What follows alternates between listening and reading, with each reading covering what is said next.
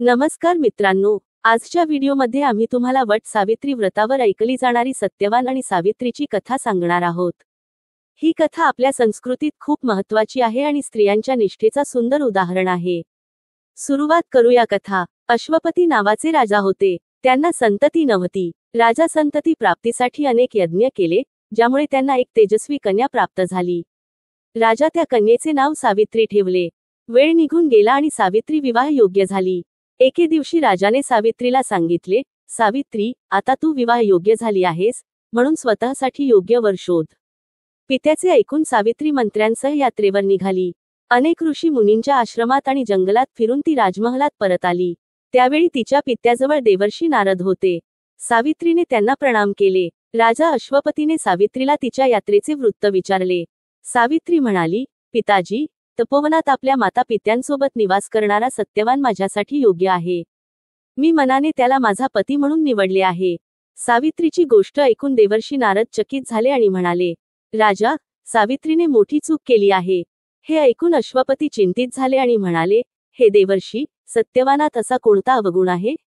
नारदजी म्हणाले, राजा, सत्यवानाच्या पित्याला शत्रूंनी राज्यातून वंचित केले आहे। ते वनात तपस्वी जीवन व्यतीत करत आहेत आणि त्यांची दृष्टी हरवली आहे। राजा, सर्वात मोठी कमी म्हणजे सत्यवान अल्पायू आहे। त्याच्याकडे आता फक्त 1 वर्षाची आयु शिल्लक आहे। नारदजींची गोष्ट ऐकून अश्वपती सावित्रीला समजावून सांगू लागले की ती दुसऱ्या उत्तम गुण असलेल्या पुरुषाला तिचा पती म्हणून निवडावे। सावित्री म्हणाली, पिताजी, नारी आपल्या जीवनात फक्त एकच पती निवडते। आता काहीही झाले तरी मी दुसऱ्याला माझा पती म्हणून स्वीकारणार नाही। पुत्रीच्या हट्टापुढे पिता विवश झाले आणि सावित्रीचे सत्यवानासोबत संपूर्ण विधी विधानाने विवाह झाले। विवाहानंतर सावित्रीने आपल्या पती आणि सासऱ्यांसोबत वनात राहायला सुरुवात केली। जसजसा वेळ निघून गेला, तसतसा सावित्रीच्या मनातील भय वाढत गेले। नारदजींच्या सांगण्यानुसार जेव्हा तिच्या पतीची आयु फक्त 4 दिवस शिल्लक राहिली, तेव्हा सावित्रीने 3 दिवस आधीपासून व्रत ठेवण्यास सुरुवात केली। अखेर तो दिवस आला जेव्हा सत्यवानाची मृत्यू निश्चित होती। 4थ्या दिवशी जेव्हा सत्यवान लाकडे आणण्यासाठी वनात जाण्यास निघाला, तेव्हा सावित्री म्हणाली, हे नाथ, मी देखील तुमच्यासोबत वनात येईन। सत्यवानाने विरोध केला तरी सावित्री सासऱ्यांची आज्ञा घेऊन आपल्या पतीसोबत वनात गेली। वनात सत्यवानाने झाडावरून लाकडे कापण्यास सुरुवात केली, तेव्हा त्याच्या डोक्यात असहनीय वेदना होऊ लागली आणि तो झाडावरून खाली उतरला। सावित्रीला समजले की तिच्या पतीचा अंतकाळ जवळ आला आहे। तिने आपल्या पतीचे डोके आपल्या मांडीवर ठेवले। सत्यवान अचेत झाला। सावित्री अश्रू ढाळत देवाला प्रार्थना करू लागली। तेव्हा तिला लाल वस्त्र घातलेला, भयंकर आकृती असलेला एक पुरुष दिसला। ते साक्षात यमराज होते। सावित्रीने विचारले, महाराज, आपण कोण आहात?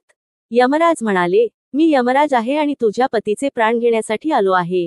सावित्रीने विचारले, प्रभू, सांसारिक प्राण्यांचे प्राण घेण्यासाठी आपले दूत येतात। काय कारण आहे की आज तुम्हाला स्वतः यावे लागले?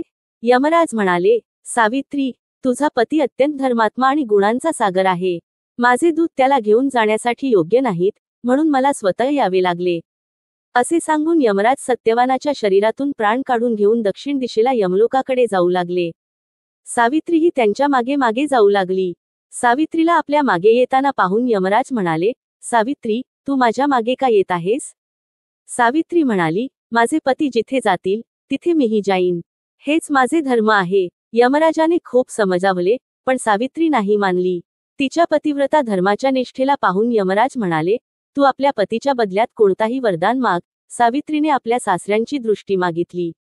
यमराजांनी तथास्तु म्हटले आणि पुढे निघाले।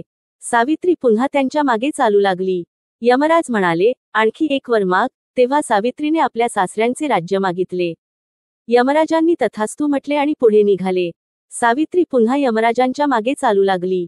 आता यमराज म्हणाले, सावित्री, तू माझ्याकडून आपल्या पतीचे प्राण सोडून कोणताही वरदान माग। तेव्हा सावित्रीने वर मागितला की तिच्या सत्यवानाकडून पुत्र होऊ देत। यावेळीही यमराजांनी तथास्तु म्हणाले आणि पुढे निघाले। पण सावित्री पुन्हा त्यांच्या मागे चालली। आता यमराज म्हणाले, मी तुला सर्व मनोकामना पूर्ण करणारे वरदान दिले आहेत। आता तू परत जा। तेव्हा सावित्री म्हणाली, महाराज, आपण मला सत्यवानाकडून पुत्रांचा वरदान दिला आहे, आणि सत्यवानाशिवाय पुत्र कसे संभवेल? असे म्हणून सावित्रीने यमराजांना उलटसुलट विचारात पाडले। तेव्हा यमराज म्हणाले, सावित्री, मी तुझ्या पतिव्रता धर्मामुळे प्रसन्न होऊन सत्यवानाचे प्राण सोडत आहे आणि तुला आशीर्वाद देत आहे की तुझी ही कथा युगानुयुग सांगितली जाईल. असे म्हणून यमराजांनी सत्यवानाचे प्राण सोडले आणि यमलोकाकडे परतले. सत्यवान आणि सावित्री आपल्या कुटियेत परत आले. तिथे त्यांचे मातापिता त्यांच्या दृष्टीलाही परत आले होते आणि त्यांना त्यांचे हरवलेले राज्य परत मिळाले. मित्रांनो, ही होती वट सावित्री व्रत कथा. हे व्रत करणारे आणि कथा ऐकणारे विवाहित स्त्रियांचे जीवनातील सर्व दुःख दूर होतात आणि त्यांच्या पतीला दीर्घायुष्य प्राप्त होते. आम्हाला आशा आहे की तुम्हाला ही कथा आवडली असेल. जर तुम्हाला हा व्हिडिओ आवडला असेल तर कृपया लाईक करा, शेअर करा आणि आमच्या चॅनेलला सबस्क्राईब करा. धन्यवाद.